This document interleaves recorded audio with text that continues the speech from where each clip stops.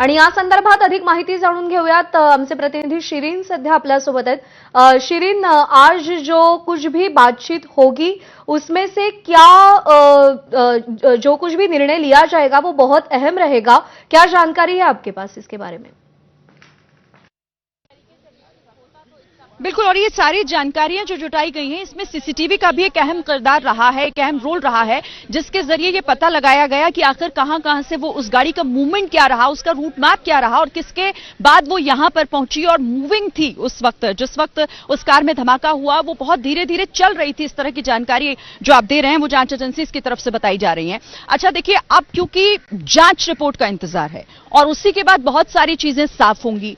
अब ये तो कहा जा रहा है कि देखिए आत्मघाती हमला तो नहीं है साफ तौर पर, और दूसरी तरफ सूत्र ये भी जानकारी दे रहे हैं कि घबराहट में लिया गया फैसला था और आनंद फानन में ये सब कुछ हुआ। जब इस व्यस्ततम चौराहे पर लोगों की भीड़ जुटी हुई थी, वो कार धीरे धीरे आगे अपनी गति से बढ़ रही थी और उसी वक्त उसमें ब्लास्ट हो गया। लेकिन अब एफएसएल की टीम कई सबूत, उन्होंने 42 सबूत बताया जा रहा है कि जो सैंपल्स हैं वो वहां से इकट्ठे किए हैं और सबूतों को जुटाने का काम अभी किया जा रहा है। लेकिन 24 घंटे के बाद जब अहम सबूत वहां से हटाए गए हैं तो कुछ मलबे को भी हटाने का काम यहां पर किया गया है।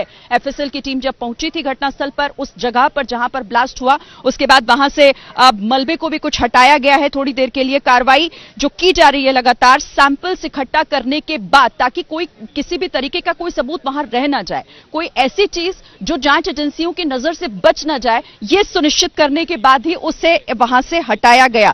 और इस पर लगातार अब एक्शन लिया जा रहा है और इसीलिए हम लगातार कह रहे हैं कि देखिए जांच रिपोर्ट महत्वपूर्ण है इस मामले में। जब वो सैंपल्स की रिपोर्ट निकलकर सामने आएगी, जब जो सबूत अभी तक इकट्ठा किए गए हैं, जो सैंपल्स अभी तक इकट्ठा किए गए हैं, उसके बाद ही पूरी तस्वीर साफ होगी। एक बार फिर से जरा आप मेरे पीछे की तस्वीर देखिए। देखिए यहां पर आगे बैरिकेड के आगे जाने की इजाजत किसी को नहीं है। यही वो पूरा इलाका है जो इस वक्त सबसे संवेदनशील इसलिए माना जा रहा है क्योंकि वो जो आप सफेद कलर के कपड़ों से ढका हुआ वो एरिया देख रहे हैं, वहीं वो रेड लाइट और वहीं पर वो कार धीरे धीरे जो आगे बढ़ रही थी जिसमें ब्लास्ट हुआ, जोरदार धमाका हुआ। एक तरफ लाल किला, दूसरी तरफ चांदनी चौक, और यहां पर बड़ी संख्या में लोगों का आना जाना लगा रहता है लगातार। ये पूरा एरिया जो अब आपको पूरा सन्नाटे से भरा हुआ दिखाई दे रहा है, शायद ही ऐसा कभी हुआ हो कि ये इलाका इतना सन्नाटे में हो। लेकिन आज दुर्भाग्य है कि वो ब्लास्ट हुआ और उसके बाद यहां पर इस तरीके की शांति पसरी हुई साफ तौर पर दिखाई दे रही है। अच्छा, एक और बड़ी खबर भी आपको बता दें, अब एक्शन लगातार हो रहा है और केंद्र सरकार भी इसमें इस धमाके को लेकर लगातार उसके बाद से एक्शन मोड में है।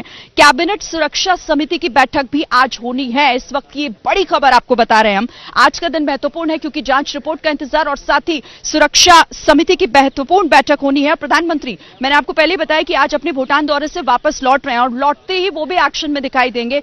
सबसे पहले वो शाम को वो मीटिंग करेंगे, जिस मीटिंग पर नजर हमारी भी बनी होगी। दिल्ली धमाके की जांच के हालात पर चर्चा करेंगे प्रधानमंत्री, अधिकारियों से बात करेंगे, मंत्रियों से बात करेंगे और उसके बाद कोई कठोर फैसला लिया जा सकता है।